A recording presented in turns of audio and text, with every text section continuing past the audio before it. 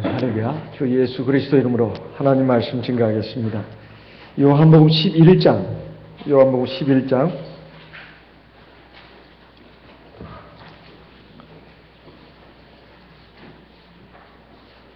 14절에서 16절까지 말씀을 읽어보겠습니다. 이에 예수께서 밝히 이르시되 나사로가 죽었느니라. 내가 거기 있지 아니한 것을 너희를 위하여 기뻐하노니 이는 너희로 믿게 하려 합니다. 그러나 그에게로 가자 하신대 디도모라 하는 도마가 다른 제자들에게 말하되 우리도 주와 함께 죽으러 가자 하니라. 주님께서 나사로의 죽음에 대해서 자는 것이라고 말씀하시면서 이제 그를 깨우러 가자 했을 때 제자 중에 일부는 그러면 우리가 굳이 갈 필요가 뭐가 있습니까? 그렇게 죽을 병에 걸린 것이 아니고 지금 잠들었는 것인데 때가 되면 낫지 않겠습니까? 이렇게 말하는 유형도 있었고, 그렇지만 예수님께서 나사로가 죽었다 이런 말씀을 하면서 내가 거기 있지 아니한 것을 너희를 위해서 기뻐한다. 그리고 너희로 하여금 믿게 하기 위해서다.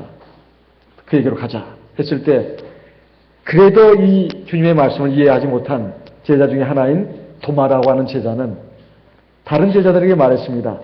우리도 주와 함께 죽으러 가자.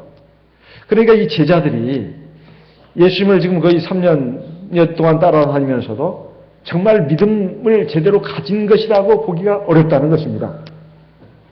주님과 함께 3년을 동거동락하면서 하나님의 말씀을 직접 듣고 배우고 그리고 주님의 행하심을 통해서 하나님의 살아계신 능력을 직접 목격하고 체험한 이 제자들도 여전히 주님에 대해서 잘 믿지를 못하고 있었다는 것입니다. 그러니까 도마가 참 이 주님은 참 못 말리는 분이네. 아이고 그래 우리도 주님과 함께 죽으러 가자.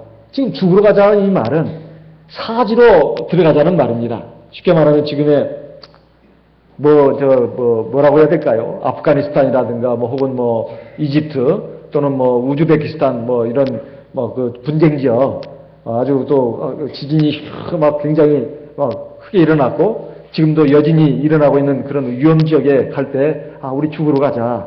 사지로 들어가자. 이렇게 말하는 것과 사실 다를 바가 없는 것입니다.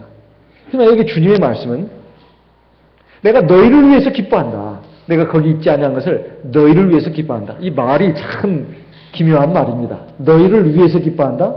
이게 무슨 말일까요? 이게 우리 보통 쓰는 말 가운데는 이런 말 잘 쓰지 않습니다. 너희를 위해서 기뻐한다? 이 말은 너에게 유익이 있기 때문에, 너에게 이익이 있기 때문에 내가 기뻐한다. 이런 말입니다. 이것을 좀 더 오늘날의 그 문장, 어법에 맞는 말로 좀 바꾼다면, 너에게 이익이 있기 때문에, 너에게 유익하기 때문에 내가 기뻐한다. 이런 말입니다. 너희를 위해서 기뻐한다는 말은,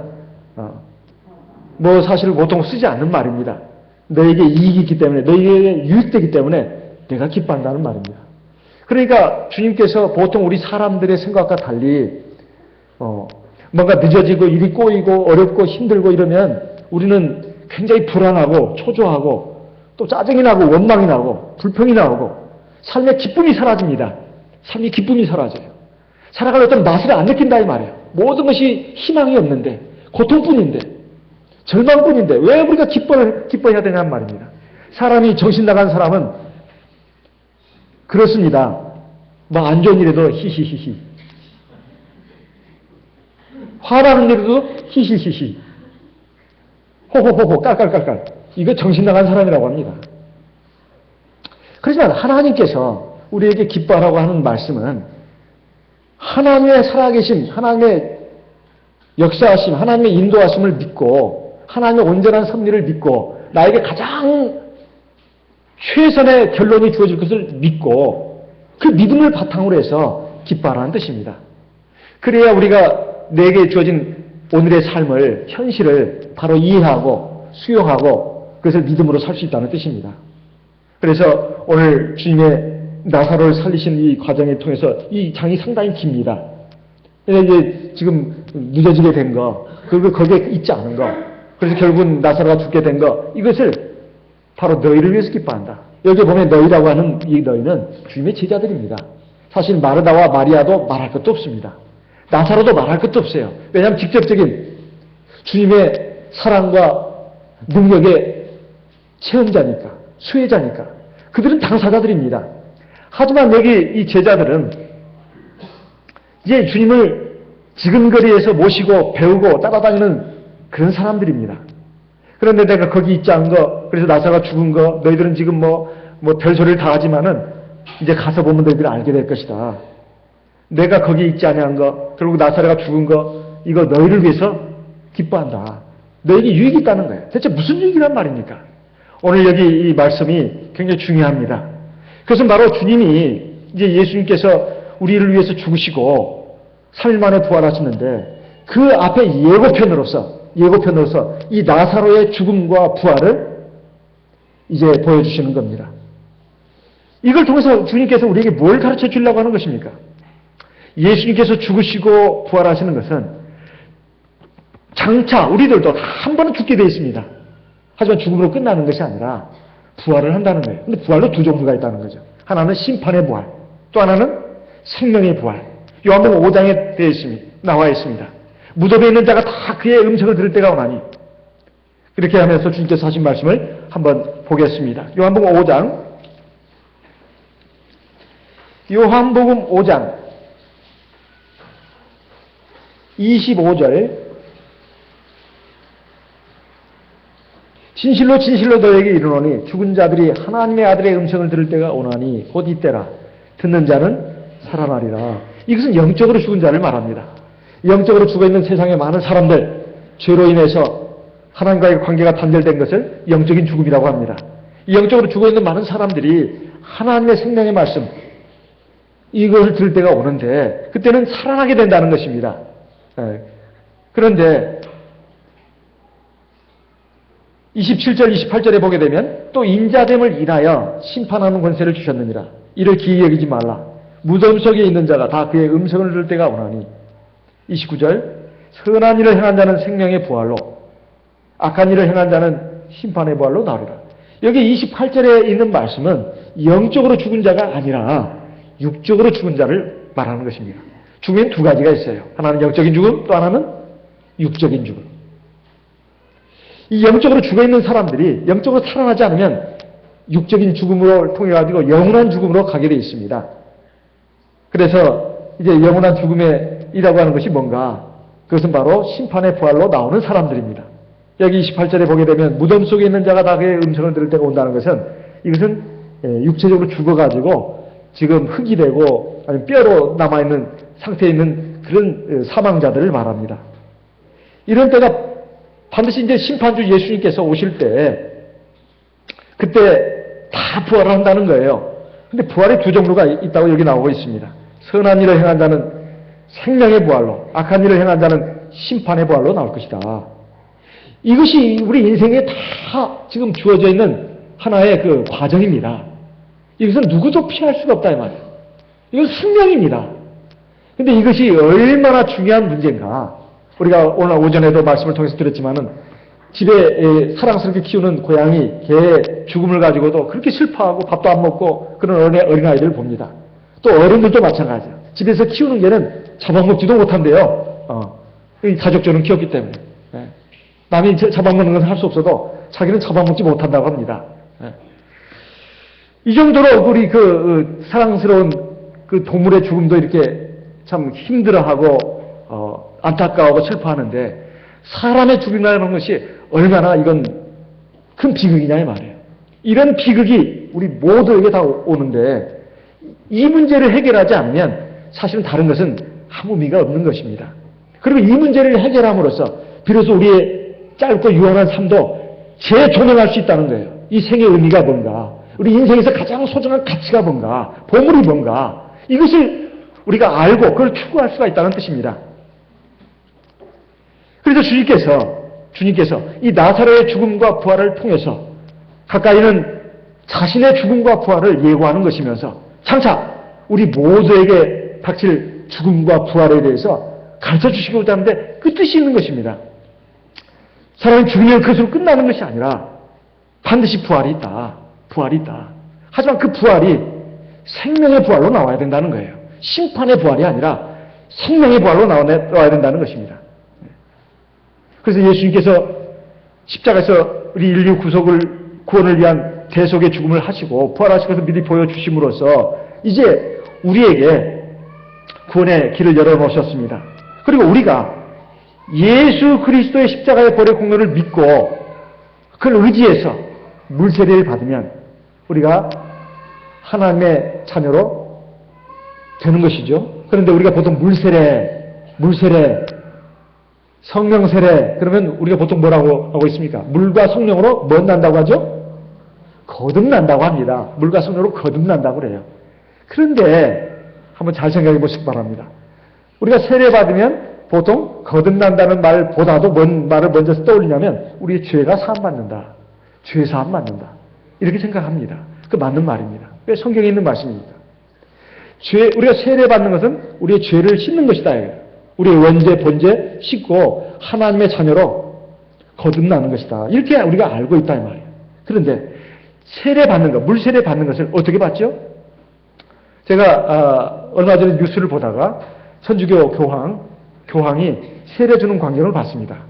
어린아이를 이렇게 안고 있는 부모한테 다가가지고 이게 그 꼭지가 이렇게 좀 튀어나온 그 사기로 만든 물 주전자예요. 쉽게 말하면 주전자입니다. 그것을 갖다가 이렇게 그 아이의 머리에다가 이렇게 붓더라고요.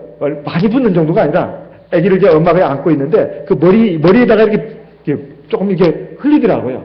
그게 세례 주는 것입니다. 에이, 그것은 방식이 틀렸어. 우리 그렇게 다 알고 있죠? 그 효과가 없어.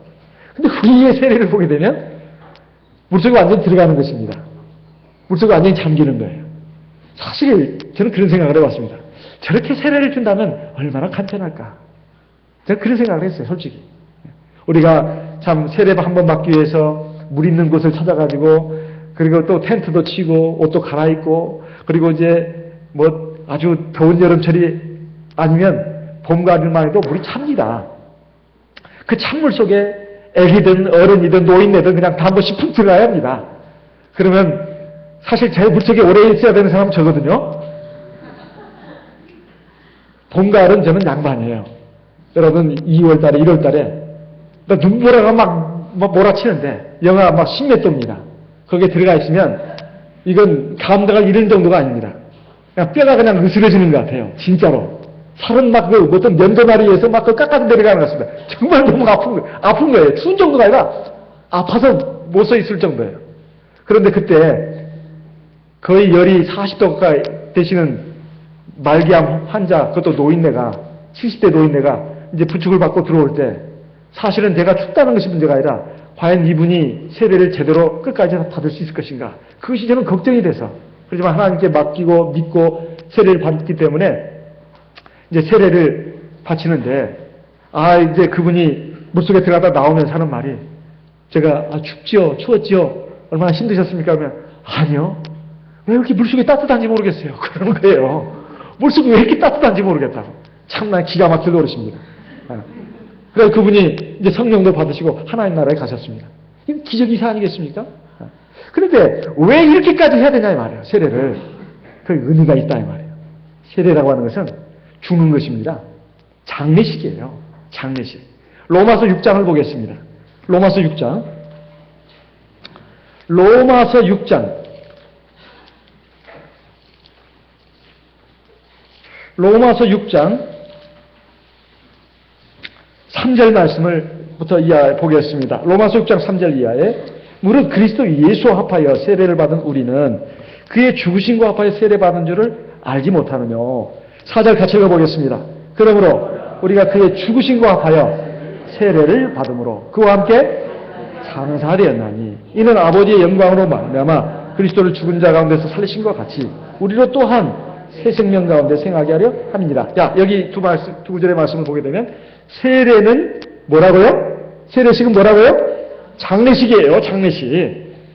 우리 죽은 겁니다. 그때 우리 죽은 거예요. 근데 사람이 죽었다는 것을 실감을 못해. 자, 머리에다가 물 한번 찍어 바르고 그 물 좀 흘리면 그게 장례식이라고 할 수 있습니까? 장례식이라면 묻어야 되는 겁니다. 묻어야 돼. 땅에다 묻어야 되는 거예요. 하지만 땅에다 묻어서는 안 되잖아요. 물에다 묻는 것입니다. 물에다가. 왜? 예수님의 옆구리에서 피만 나온 것이 아니라 뭐도 나왔어요? 물도 나왔어요. 피의 주성물은 뭡니까? 물이에요. 피의 주성물은. 그래서 피를 갖다가 핏물이라고 합니다. 근데 예수님이 옆구리에서 로마 군백이 쿡 찔렀을 때 확인 사살이죠. 죽었나 안 죽었나. 그때 피와 물이 나왔다고 했습니다. 피도 어차피 물인데 왜 또 물이 나왔다고 했을까요? 이것은 피 아닌 물이 다시 뚜렷하게 구별돼가지고 나왔다는 뜻입니다. 피 아닌 물 그 자체가 뚜렷하게 구별돼가지고 나온 것을 분명히 사도 요한이 보고 이것을 보니까 증거해 가라서 이건 참이라 이렇게 말했습니다. 얼마나 중요한 사실이면 혹시라도 나중에 딴 말 하는 사람이 나올까봐 물도 나왔다고 돼 있어요. 그 물이 바로 예수님의 피를 대용하는 것입니다. 대용하는 것, 대용품. 하지만 그 물이 예수님의 피다 이 말이에요. 그래서 사람이 사는 곳이라면 다 물이 있습니다. 그 물에서 우리가 세례를 받을 때 거기 성령이 함께해야 합니다. 그 물이 바로 예수님의 피로 변화한다는 거예요. 영적으로 봤을 때. 그 핏물 속에 바로 이 세상 죄인이 들어가는데 완전히 들어가야 합니다. 완전히 들어가야 돼요. 왜? 장사지 되는 것이니까. 내장되는 것이니까. 그래서 물속에 완전히 들어갔을 때 그 죽은 것입니다. 비록 짧은 1초, 2초 순간밖에 안 되지만 장사 지내는 것이다 이 말이에요. 그 다음에 물에서 나오는 것이 뭐냐 이 말입니다. 그게 바로 부활이다 이 말이에요. 부활. 그것을 이름하여 첫째 부활이라고 합니다. 첫째 부활. 그게 어디 있냐고요? 요한복음 계시록에 있습니다. 계시록 20장을 보겠습니다. 계시록 20장 5절 6절 말씀을 같이 읽어보겠습니다. 계시록 20장 5절 6절 같이 읽어보겠습니다. 그 나머지 죽은 자들은 그 천년이 차기까지 살지 못하더라. 이는 첫째 부활이라. 6절 이 첫째 부활에 참여하는 자들은 복이 있고 거룩하도다. 둘째 사망이 그들을 다스리는 권세가 없고 도리어 그들이 하나님과 그리스도의 제사장이 되어 천년 동안 그리스도와 더불어 왕노하리라. 이 첫째 부활이라고 하는 것은 예수 그리스도 이름으로 세례를 받은 사람들, 이걸 첫째 부활에 참여한 사람들이라고 합니다. 그러면 둘째 사망이 오지 않는다는 거예요. 둘째 사망은 영원한 지옥의 형벌을 말하는 겁니다. 영원한 지옥의 형벌. 그런데 둘째 사망이 다스리지 않고 천년 동안 하나님의 제사장이 돼가지고 그리스도로 왕을 한다. 이것은 이 세상에서 육신을 가지고 사는 이 세상에서 우리가 하나님의 제사장이 돼가지고 주님과 함께 왕노릇 하는 것을 말하는 것입니다. 그런데 여기에서 둘째 사망이 다스리지 않는다는 거예요. 첫째 부활에 참여한 자들은 복이 있다고 하는 것은 바로 영원한 지옥의 형벌에 들어가지 않고 영원한 생명의 나라 천국에 들어간다는 뜻입니다. 이것을 위해서 바로 우리에게 세례를 바칠 때, 우리가 세례를 받을 때 그냥 물에 찍어 바르는 이 정례가 아니라 바로 물속에 완전히 들어가는 신례를 받도록 한 것입니다. 그것이 바로 장례식이니까. 그리고 물속에서 나오는 것은 첫째 부활입니다. 그리고 이 첫째 부활에 참여하는 사람들은 둘째 부활, 성경에 둘째 부활한 말은 없습니다. 하지만 첫째 부활이 있으면 둘째 부활은 있는 거 아니겠습니까? 첫째, 둘째라는 것은 이게 서수예요, 서수. 순서를 말하는 것입니다. 둘째가 있는데 이게 첫째가 있어요. 하나님 나라에서는 첫째 부활과 둘째 부활밖에 없습니다. 둘째 부활은 영원한 부활이에요. 이 둘째 부활, 영원한 부활에 들어가기 위해서 이 첫째 부활에 참여를 해야 됩니다. 그래서 우리가 세례 받는다고 하는 것은 이미 한 번 우리가 죽은 거예요. 그리고 물속에서 한 번 나오는 거, 이것은 부활입니다. 이 장차 영원한 하나님 나라에 들어가기 위한 하나의 이것도 예행 연습이다 이 말이에요. 또 예고편이고 또 그런 자격을 갖추는 것입니다. 로마서 6장을 보겠습니다. 로마서 6장 5절 6절 말씀, 아까 3절 4절 읽었습니다. 그 다음에 이어서 나오는 말씀 5절 6절을 보겠습니다. 로마서 6장 5절 만일 우리가 그의 죽으심을 본받아 연합한 자가 되었으면 또한 그의 부활을 본받아 연합한 자가 되리라. 그 다음 8절 읽어보겠습니다. 8절 같이 읽어보겠습니다. 만일 우리가 그리스도와 함께 죽었으면 또한 그와 함께 살 줄을 믿노니. 여기 살 줄을 믿노니 이 말은 이가 예수 믿고 나서 우리가 세례받고 나서 첫째 부활에 참여해서 우리가 영적으로 살아난 자가 된 것을 말하는 것이 아니고 이것은 장차 영원한 생명의 부활에 들어가는 그 둘째 부활을 말하는 것입니다. 우리가 그리스도와 함께 죽었다면, 이미 세례받을 때 죽었다면 이제 장차 하나님 나라에 들어갈 때 영광의 부활로 생명의 부활로 나와서 영원히 살게 된다는 그것을 우리가 믿는다는 뜻입니다. 그걸 믿는다는 뜻이에요. 9절에 이는 그리스도께서 죽은 자 가운데 사셨음에 다시 죽지 아니하시고 사망이 다시 그를 주장하지 못할 줄을 알미로라. 그래서 우리가 영원한 생명의 부활에 참여하는 그 자격을 갖춘 자가 되었다는 뜻입니다. 그래서 우리가 이 물세례 받고 성령 세례 받은 것은 바로 거듭남이라고도 하지만 첫째 부활에 참여한 사람이 됐다. 이렇게 말하는 이유가 바로 그것입니다. 부활이라고 하는 것은 죽음을 전제로 한 말입니다. 다시 살아나는 것을 말한다 이 말이에요. 여기에 첫째 부활이 있고 둘째 부활이 있는데 바로 이것을 위해서 우리가 지금 신앙을 가졌고 신앙생활을 하고 있는 것이다. 이런 그런 말씀입니다. 바로 이것을 위해서 이 귀한 선물을 주시려고 주님께서 이렇게 지체를 하셨던 것이고 나사로가 죽게끔 내버려 두셨다는 말입니다. 결국 그렇게 해서 하나님의 영광이 나타나고 또 예수님이 바로 생명의 주님이라는 것을 드러냄으로써 예수님께 영광이 돌려지게 하고 또 그렇게 해서 우리가 진정으로 믿음다운 믿음을 가지도록 하기 위해서입니다. 그래서 하나님을 사랑하는 사람, 그 뜻대로 부르심을 입은 모든 사람에게는 모든 것이 합력해서 선을 이룬다고 로마서 8장 28절에 기록된 말씀이 바로 그런 뜻입니다. 내가 거기 있지 아니한 것, 내가 너희를 위해서 기뻐한다. 이는 너희로 믿게 하기 위해서다. 요한복음 11장 15절 오늘 우리가 읽은 말씀에 나오는 말씀입니다. 내가 거기 있지 아니한 것 너희를 위해서 기뻐한다. 내가 지금 시간을 지체하고 너희들이 볼 때도 시간이 지체된 거, 그래서 일이 완전히 꼬이고 이제는 완전히 아무런 희망도 없는 그 상태로 들어간 거, 너희가 심적으로나 육적으로 심한 고통과 절망과 그리고 한탄 속으로 들어가게 된 거, 이것이 차라리 잘된 일이다. 너희에게 바로 하나님의 이 귀한 진리, 이것을 알게 하고 깨닫게 하기 위해서 이것은 꼭 필요하다는 그런 뜻입니다. 그러니까 우리의 믿음을 위해서 이 사건이 꼭 필요했다는 뜻입니다. 나사로의 죽음이. 그리고 너희들이 이해할 수도 없고 납득할 수도 없는 그런 상황이 펼쳐지고 전개된 것이 바로 너희들의 믿음을 위해서 이 사건이 반드시 필요했다는 것입니다. 오늘 우리도 마찬가지입니다. 우리가 살아가면서 참 현실에 대해서 만족이 안 되고 그리고 이해할 수 없는 어떤 상황들, 정말 너무 괴롭고 원망스럽고 정말 분노가 치밀어 오르는 그런 상황들이 내 앞에 주어지고 펼쳐지는 것을 우리가 볼 때 우리는 참 마음에 여러 가지 그 근심이 일어나고 슬픔이 오고 그리고 낭망이 일어납니다. 근데 절대로 그래서는 안 된다는 뜻이에요. 우리의 믿음을 위해서, 유익을 위해서 이것이 나에게 주어졌다는 것입니다. 그렇다면 오전에도 말씀드렸다시피 주님 한 분만 기뻐하십니다. 왜냐하면 내다보시니까. 그러나 우리들은, 제자들도 이해할 수 없었고 주님이 좀 터무니없는 짓을 한다. 우리가 죽으러 가자. 아이고 주님이 가자고 하니까 할 수 없이 가자.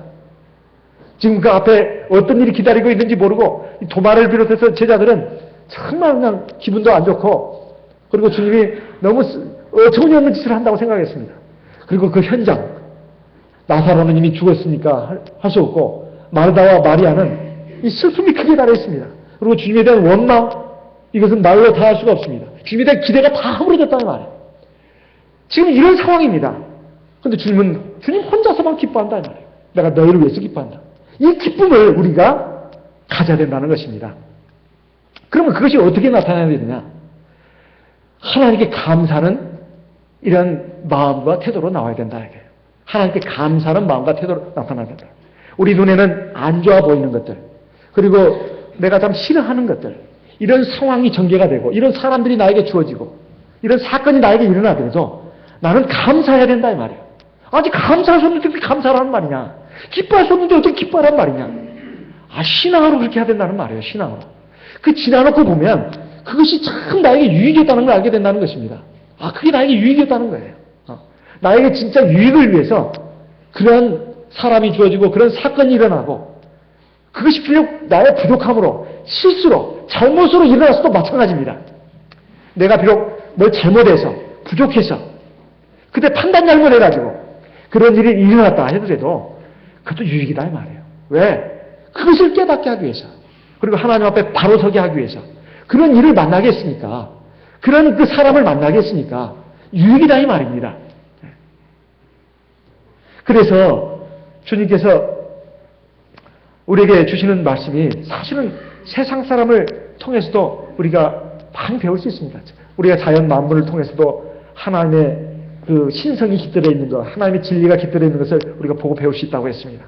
하지만 세상에 많은 그 사람들, 일어나는 현상들을 보고도 하나님의 진리가 거기에 곳곳에 숨어 있다는 것을 알 수가 있습니다. 오늘 오전에 든 어떤 그분은 자기에게 주신 고통, 결핍 때문에 하나님을 찾게 됐다는 거예요. 그리고 하나님을 만나게 됐고 그 고통과 결핍이 하나님을 만난 후에 인생을 살아갈 원동력이 됐다는 것입니다. 인생을 참으로 값지게 복되게 살아갈 수 있는 원동력이 됐다는 거예요. 자기에게 주어진 고통과 그 결핍이 말로 다 할 수 없는 그 결핍이 하나님을 만나면서 인생을 참되게 복되게 살아갈 수 있는 원동력이 됐다는 거예요. 저는 이 말에 깜짝 놀랐습니다. 어떻게 이런 그 말을 할 수가 있는가? 참 성령도 받지 않고 진리도 없는 일반 교인이 어떻게 이런 생각을 할 수가 있는가? 제가 참 말로 다 할 수 없는 감동을 받았습니다. 그리고 어떤 또 한 청년이 있습니다. 이 사람은 27살 먹은 남자인데요. 청년입니다. 어린 시절에 부모님이 다퉈가지고 이혼을 했습니다. 그래가지고 보육원에 맡겨졌어요. 초등학교 3학년 때까지 보육원에서 자랐습니다. 이 청년이. 그러다가 이제 고모님 집에 들어가게 됐는데 거기서 쫓겨났습니다. 고모님 집에서. 그러다가 또 재혼한 아버지 집에 들어가서 또 살기도 했어요. 근데 거기서도 살지를 못했습니다. 아마 뭐가 안 맞았던 모양이죠.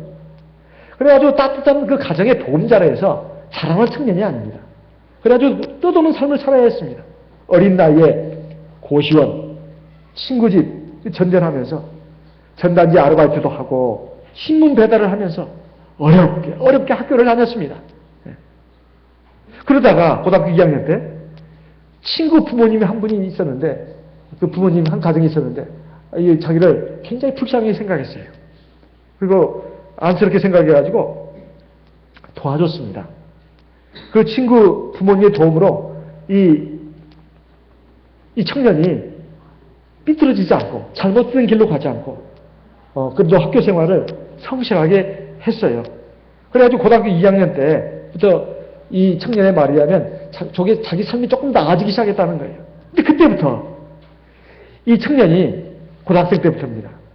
아, 이것은 다 참 내가 참 너무나 이웃의 따뜻한 사랑을 받은 것이다. 그래가지고 시간 금전적으로 자기는 좀 여유가 있어졌다고 생각한 거예요. 그때부터 어려울 때마다 자기를 도와줬던 사람들의 그 사랑을 생각하면서 내가 주변 사람들에게 봉사를 해야 되겠다. 그래가지고 자기가 비슷한 처지에 있는 그런 보육원 아이들한테 가가지고 같이 놀아주기도 하고 친구가 되기도 하고 이렇게 했습니다. 또 주말에는 독거 노인들을 찾아다니면서 그들의 가족이 되어주기도 했다는 것입니다. 어떻게 해가지고 또 대학도 졸업하게 되었습니다. 대학을 졸업하게 해가지고 바리스타가 됐다는 거예요. 바리스타가 뭔가 했더니 커피를 이렇게 만들어서 파는 그런 그 기술을 가진 사람을 바리스타라고 한다고 하죠. 그래가지고 이제 거기서 이제 돈도 이제 벌게 됐어요. 직업이 이제 커피 전문점의 바리스타입니다. 가지고 거기서 이제 받는 돈을 가지고 이제 아프리카에 있는 그 아이들, 그 어렵고 힘든 아이들 7명 그 후원자가 됐습니다. 이런 그 기사를 보면서 저도 참 말로 다 할 수 없는 감동을 받았습니다. 사실 자기에게 주어지는 삶이 어렵고 힘들고 보통 사람들과 비교해 봤을 때 아주 열악하고 너무 고통스럽고 슬프고 힘겨운 상황에 가면 사람들이 절망해서 그냥 생을 포기하거나 아니면 삐뚤어진 길로 가거나 그러기가 십상입니다. 그런데 어떻게 이 청년은 이럴 수가 있냐 이 말이에요. 더군다나 우리 하나님의 백성, 우리가 보통 우리의 삶을 보면 참 감사할 것이 한두 가지가 아닙니다. 또 내가 어떤 책을 보다가 서양의 유명한 학자입니다. 저명한 아주 저술가예요. 근데 이 사람이 갑자기 뇌경색으로 쓰러졌습니다. 쓰러졌어요. 그래가지고 이제 그야말로 식물 인간까지는 안 갔다 하더라도 거의 자기 혼자 힘으로 밥을 떠먹을 수도 없고 누워가지고 그냥 그 목에다가 아마 뭐 구멍을 뚫고 거기다가 음식을 집어넣고 막 그런 상태인가 봐요. 그런데 이제 침대 속에 돌아 누우면 침이 이렇게 흘러내리는데 침을 제대로 잡힐 수가 없는 거예요. 침을. 그러면서 그 사람이 하는 말이 참 사람이 자기 침을 자기가 자기 힘으로 삽혀가지고 목구멍을 넘길 수 있다는 것이 그렇게 큰 것인 줄을 몰랐다는 거예요. 저는 내가 내 침을 이렇게 흘리지 않고 내 스스로 힘으로 삼킬 수만 있다면 내가 더 바랄 것이 없겠는데 그렇게 말을 하더라고요. 이거 얼마나 놀라운 일입니까? 그냥 일어나가지고 보통 사람 걸어갈 수 있는 정도가 아닙니다. 그냥 이렇게 침대에 누워있더라도 내가 내 침을 이렇게 질질 흘리지 않고 그냥 내 힘으로 목구멍으로 삼킬 수만 있다면 더 바랄 것이 없겠다. 사람이 자기에게 주어진 것에 대해서 정말 감사하고 만족할 줄 모르는 사람들이 너무 많습니다. 제가 그런 분들을 보면서 정말 우리가 하나님 앞에서 정말 감사해야 된다. 그리고 인생에 대해서 보는 눈이 좀 달라져야 되겠다. 이걸 느낍니다. 그래서 신앙의 중요한 요소 가운데 하나가 있는데 그게 바로 감사입니다. 감사. 이 감사가 신앙이 아니고서는 할 수 없는 거예요. 시편 50편을 보겠습니다. 시편 50편. 시편 50편 14절 15절 말씀을 읽어보겠습니다. 시편 50편 14절 15절 말씀을 같이 읽어보겠습니다. 감사로 시편 50편 14절 같이 읽겠습니다. 감사로 하나님께 제사를 드리며 지극히 높으신 자에게 네 서원을 갚으며 환난 날에 나를 부르라. 내가 너를 건지리니 네가 나를 영화롭게 하리로다. 여기 보면 감사 제사 드리란 말이 아니고 제사를 드릴 때 감사가 빠지면 안 된다는 뜻입니다. 이걸 그 문장을 잘 이해를 해야 합니다. 감사 제사를 드리라는 말이 아니라 이거 예배를 드릴 때 하나님에 대한 감사가 없이 무슨 의식을 한번 행하는 식으로 이거 오늘 안식일이니까 교회 가서 예배는 한번 드려야 되잖아. 무슨 그 의무감으로 어떤 속박감으로 구속감으로 그렇게 드려서는 안 된다는 뜻이에요. 우리가 하나님 앞에 예배 드릴 때도 항상 감사하는 마음, 하나님에 대해서 감사하는 마음이 막 이렇게 넘쳐야 됩니다. 그런 상태에서 하나님께 예배도 드려야 되고 또 예배 드리고 나서 우리 일상생활에서도 마찬가지입니다. 항상 하나님 앞에 감사하는 마음으로 그래 내게 주어진 것이 하나님의 최선이야. 즉 나를 향한 하나님의 최선입니다. 이걸 인정해야 된다는 거예요. 지금 나 힘들어 죽겠는데요. 왜 그런 말씀하세요? 그게 아니라니까요. 지금 내가 힘든 이것이 하나님의 나를 사랑하시기 때문에 힘든 걸 주신 것이다. 이렇게 생각하셔야 된다 이 말. 그래서 이런 말도 있지 않습니까? 악천을 주신 것도 하나님께 감사해야 된다. 왜? 철학자가 될 수 있으니까. 소크라테스가 된 이유가 뭔지 아십니까? 그 사람 대표 때문에. 뭐 이렇게 강의를 가봤지만 와서 그냥 그 사람 대표가 물을 갖다 끼얹어요. 그냥. 아이고 지금 갑자기 여기서 큰 현악비가 내리네. 아우성 치면 천둥번개가 울리는구만. 그래서 인생에 대해서 깊이 생각하는 거예요. 악천을 만나가지고. 우리가 그런 악천을 만난 분은 없지 않습니까? 남편도 마찬가지예요. 저 남편 때문에 또는 저 아내 때문에 내가 하나님 앞에 늘 노심초사하고 하나님을 바라보고 하나님만을 의지하게 된다면 그는 하나님이 바로 그것을 위해서 그렇게 안 하면 내가 엉뚱한 길로 가고 또는 잘못될 수 있으니까 나는 그런 사람이 절대 아닌데요. 그건 자기 생각이죠. 하나님은 아시거든요. 우리 속속들이 아십니다. 내 문제점이 뭔가 내 아킬레스건이 뭔가 하나님은 아셔요. 어떤 사람은 이성에 약한 사람이 있고 어떤 사람은 돈에 약한 사람이 있고 어떤 사람은 명예에 약한 사람이 있어요. 명예. 어떤 사람은 막 취미 활동에 바쁜 사람이 있습니다. 그런 것 때문에 뭐 하나님 영광을 나타내고 하나님 나라와 의를 구하는데 도움이 된다면 좋아요. 그런데 오히려 자기 신앙을 좀먹고 하나님 앞에서 온전한 사람으로 자라가지 못하고 하나님의 진노의 심판을 받을 길로 가는 그런 동인이 된다면, 원인이 된다면 그건 나쁜 거 아니겠습니까? 그래서 하나님께서 그런 것들을 바로잡기 위해서 하나님이 꼭 나에게 한 가지 이상의 가시는 다 줍니다. 가시. 그걸 통해서 늘 아프게 한다 이 말이에요. 그리고 하나님을 의지하게 합니다. 그러니까 감사해야 된다 이 말이에요. 사실 사람이 하나님 앞에서 자기 자신에 대해서, 자기 자신의 삶에 대해서 인간적으로 봤을 때 100% 만족하고 사는 사람이 이 세상에 몇 사람이나 있을까요? 감히 말씀드리겠는데 한 사람도 없을 거라고 저는 봅니다.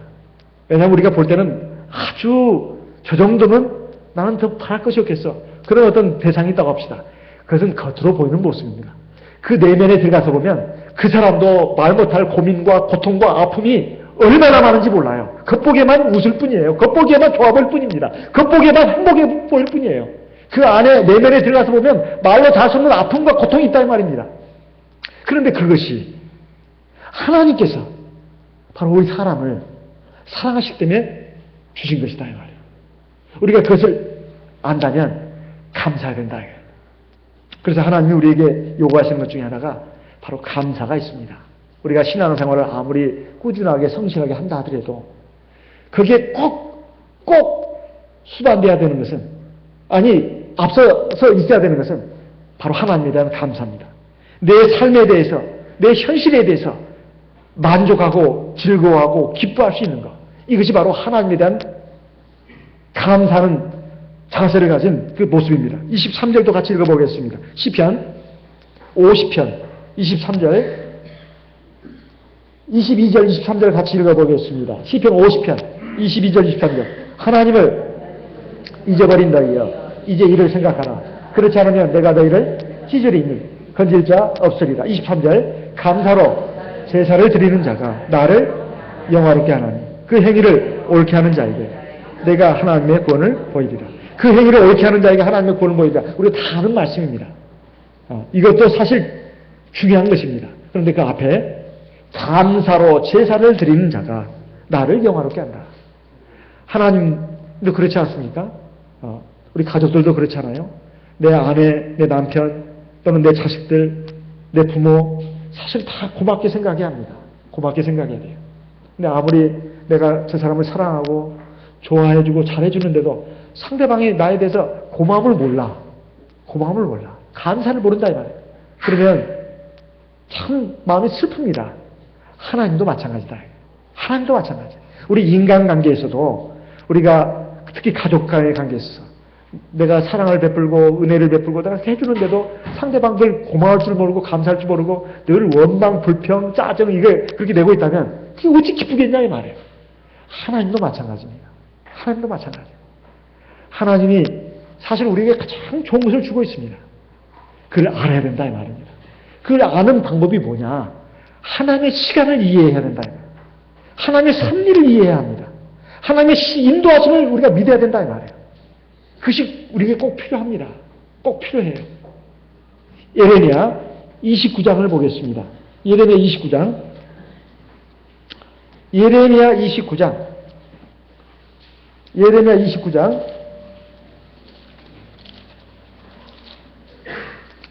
10절, 11절 말씀을 읽어보겠습니다. 같이 읽어보겠습니다. 예레미야 29장 10절, 11절 같이 읽어보겠습니다.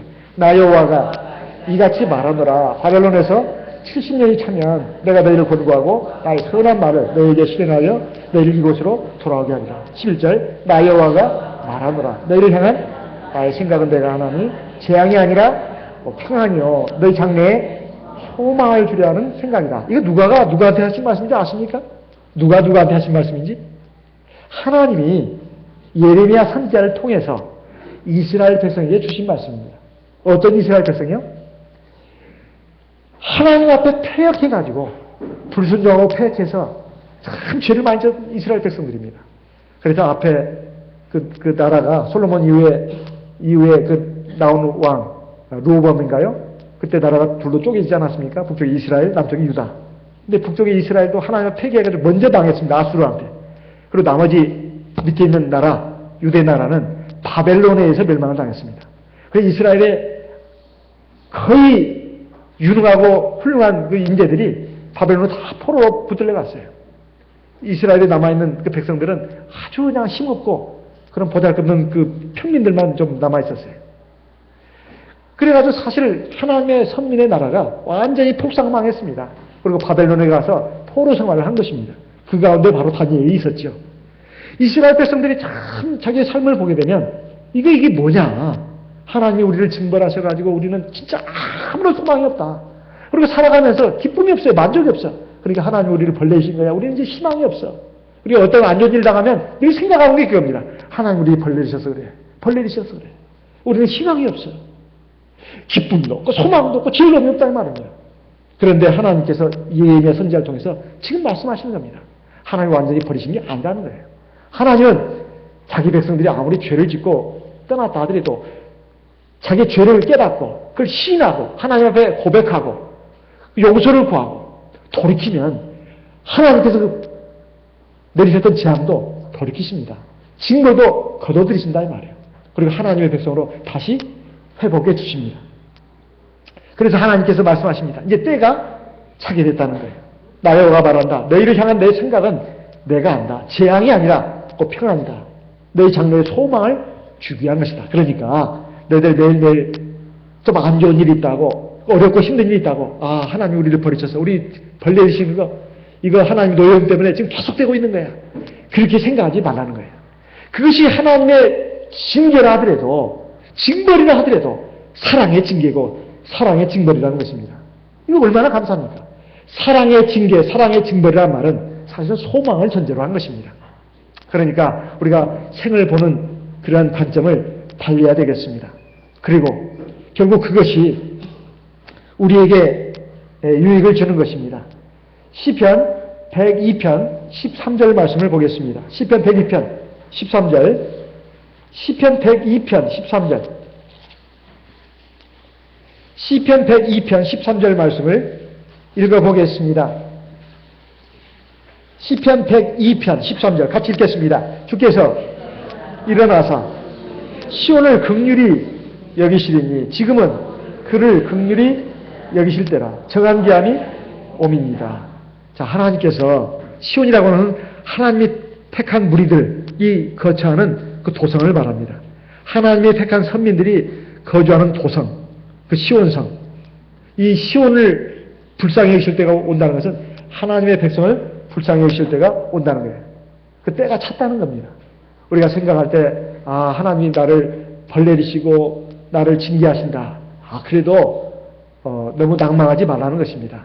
왜냐하면 하나님이 그 사랑으로 그렇게 하시는 것이고 그리고 반드시 그 때가 온다는 거예요. 그때까지 우리는 믿음으로 겸손한 마음으로 감사한 마음으로 그걸 달게 받으면 감사하다는 거예요. 그것이 감기든 혹은 암이든 아니면 집안의 어떤 우환이든 또는 경제적인 고통이든 또는 인간관계에서 오는 어떤 그 상처고 모멸이고 모욕이든 뭐가 됐든 간에 하나님께서 나를 바로 세우고 깨우치고 나에게 온전한 은사를 주기 위해서 그렇게 하신다는 것을 우리가 믿어야 되겠다는 그런 뜻입니다. 시편 103편을 보겠습니다. 시편 105편 17절에서 19절까지 말씀을 보겠습니다. 시편 105편 17절에서 19절까지 말씀을 보겠습니다. 한 사람을 앞서 보내셨으며 요셉이 종으로 팔렸도다. 그 발이 착고에 상하며 그 몸이 쇠사슬에 매였으니 19절 큰 소리 읽겠습니다. 곧 여호와의 말씀이 응할 때까지라. 그 말씀이 저를 달려나있도다. 우리 요셉의 일생을 창세기에서 잘 볼 수가 있습니다. 종으로 팔려간 것 그리고 죄수로서 감옥에 들어간 것 이걸 지금 딱 여기에 지금 말씀하고 있네요. 그러면 19절에 결론에 대한 말씀이 나오는데 곧 여호와의 말씀이 응할 때까지라. 그 앞에 요셉의 그 삶은 정말 파란만장했습니다. 정말 파란만장했어요. 그리고 우여곡절이 많았습니다. 보통 사람들은 그 견뎌내기 힘듭니다. 그런데 여호와의 말씀이 응할 때까지 그것이 주어졌다는 거예요. 여호와의 어떤 말씀이요? 요셉의 꿈을 통해서 주신 장래에 일어날 일입니다. 그게 하나님의 말씀이라는 거예요. 장래에 요셉을 통해서 이루실 하나님의 역사, 그걸 요셉에게 그것도 생시에 어떤 환상을 통해서 나타나신 것도 아니고 밤에 꿈을 통해서 주신 것입니다. 그걸 하나님의 말씀이라고 했어요. 하나님의 말씀이라고. 그 말씀이 이루어질 때까지 그 고난이 계속됐다는 거예요. 그런데 그 뒤에 말씀은 그 말씀이 저를 단련하였다. 그러니까 노예로 팔려가고 그 감옥에 들어가고 그렇게 했어도, 그렇게 됐어도 하나님이 그의 그 꿈을 통해서 주신 그 장래에 대한 하나님의 이루실 일, 그것을 이제 말씀이라고 여기서는 하고 있습니다. 그 말씀이 요셉을 단련했다는 것입니다. 그러니까 외부적인 어떤 환경이 요셉을 단련한 것이 아니라 외부적인 그 가난 또는 형제들의 미움 그리고 억울하게 노예로 팔려간 거, 억울하게 감옥 속에 들어간 거, 그 외부적인 환경이 요셉을 단련한 것이 아니라 하나님의 말씀이 그를 단련했다는 거예요. 이게 얼마나 참 감사한 말입니까? 우리가 내 앞에 펼쳐진 현실에 대해서 항상 기뻐하고 쉬지 않고 기도하고 범사에 감사할 수 있는 것은 하나님의 말씀을 믿는 믿음이 아니면 절대로 그렇게 할 수 없습니다. 환경이 좋으면 뭐합니까? 환경이 좋으면 좋은 대로 사람은 잘못되기 십상입니다. 환경이 꼭 나쁘다고 해서 그 사람이 바르게 되는 것도 아닙니다. 얼마나 삐뚤어지게 나간 사람들이 얼마나 많은지 몰라요. 원망, 불평, 미움, 또는 자기 신세 한탄, 좌절, 한탄, 주저앉음, 얼마나 많습니까? 우리 주변에 보더라도. 하나님의 말씀이 있어야 그걸 통해서 그를 단련하는 것입니다. 아무리 피곤함이 몰아치고 눈보라가 쳐도 그 뿌리를 깊게 받고 있고 물줄기에 물 근원에다 두고 있는 나무는 흔들리지 않습니다. 어떤 시인이 대추 하나를 가지고도 시를 쓰지 않았습니까? 저 붉은 대추가 저절로 붉어졌나? 그 대추 하나에 천둥 몇 번, 번개 몇 번, 벼락 몇 번, 또 무서리 몇 번, 이런 그것에 의해서 그 대추 하나도 붉어진 것이라고 이렇게 말하고 있습니다. 국화협회서라는 그 시를 보더라도 저 노란 꽃잎이 피려고 간밤에 그렇게 무서리가 내리고 비바람이 치고 또 그 소쩍서가 울고 그런 많은 과정을 거쳐서 그 아름다운 국화꽃으로 나오는 거 아니겠습니까? 한 사람이 하나님 앞에 온전한 백성으로 바로 서고 완성되어 나가는 데 있어서 하나님께서 우리를 이런 과정, 저런 과정을 통해서 우리를 다듬어 가시는 것입니다.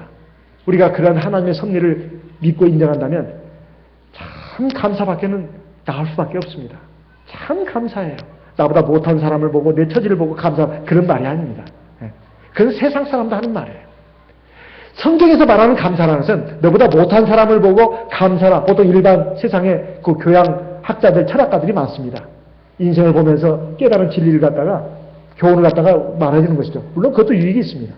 하지만 성경에서 우리에게 감사라는 것은 하나님이 우리에게 계획하신 섭리라고 하는 것은 완전한 선이라는 거예요. 모든 것이 합력해서 선을 이룬다. 로마서 8장 28절인가요? 하나님을 사랑하는 자, 곧 그 뜻대로 부르심을 입은 자들에게는 모든 것이 합력해서 뭘 이룬다고요? 선을 이룬다. 이것은 하나님의 시간을 이해하고 하나님의 역사를 이해하는 사람, 그리고 하나님의 나를 향한 어떤 궁극적인 그 뜻을 알고 이해하고 믿는 사람만이 할 수 있는 일입니다. 항상 기뻐하라. 쉬지 말고 기도하라. 범사에 감사하라. 이는 그리스도 예수 안에서 너희를 향하신 하나님의 뜻이니라. 오늘 주님께서는 바로 이 나사로의 죽음 그리고 그 부활시키는 주님의 역사를 우리에게 보여주시는 가운데서 거기에 있는 당사자들이나 그 제자들이나 이해할 수 없었습니다. 도대체 주님이 왜 이러시나? 우리가 하나님이 행하시는 일을 보면은 이해할 수 없는 일들이 너무 많습니다. 하지만 나중에는 알게 된다. 우리의 초점을 하나님의 나라에다가 두고 우리 세상의 종말에다 두고 그리고 그것을 기점으로 해서 오늘의 내 삶을 이렇게 바라보는 그런 시각을 갖자고 말씀드렸습니다. 그리고 하나님의 나를 위해서 준비해 주신 완전한 결론, 아름다운 그 완벽한 선을 우리가 생각하면서 항상 기뻐하고 하나님 믿고 의지하면서 우리의 길을 가자 이렇게 말씀드렸습니다. 이렇게 이 믿음을 위해서 이렇게 주님께서 지체하시고 거기에 계시지 않은 것을 기뻐하신다고 했습니다. 그래야 이제 죽은 것을 주님께서 살리셔야 그 밑바닥까지 떨어진 것을 주님께서 살리셔야 비로소 주님에 대해서 믿을 수 있고 그 믿음을 가지고 우리가 죄악의 유혹도 이 세상의 죄악의 유혹도 이길 수 있고 세상의 고난도 이길 수 있고 내 육체의 정욕도 이길 수가 있고 극심한 고통 가운데서도 경험한 그 하나님의 역사를 통해서 내가 확고한 믿음을 가지게 됨으로써 결국 우리가 이 생명의 길, 진리의 길을 흔들리지 않고 힘차게 달려갈 수 있다는 것입니다. 그러한 믿음을 위해서 하나님께서 그 믿음을 우리에게 주시기 위해서 그 믿음 안에서 우리가 자라도록 하기 위해서 하나님께서 내 삶을 주관하시고 인도하신다는 것을 우리가 알고 항상 기뻐하고 감사하고 쉬지 않고 기도하고 나가는 저와 여러분 되시길 바랍니다. 이러한 역사가 우리에게 강력하게 일어나기를 주님의 이름으로 기원하는 바입니다. 이 시간 들으신 말씀을 마음에 새기면서 기도의 제목으로 삼고 우리 하나님 앞에 기도하도록 하겠습니다. 다 같이 기도하겠습니다.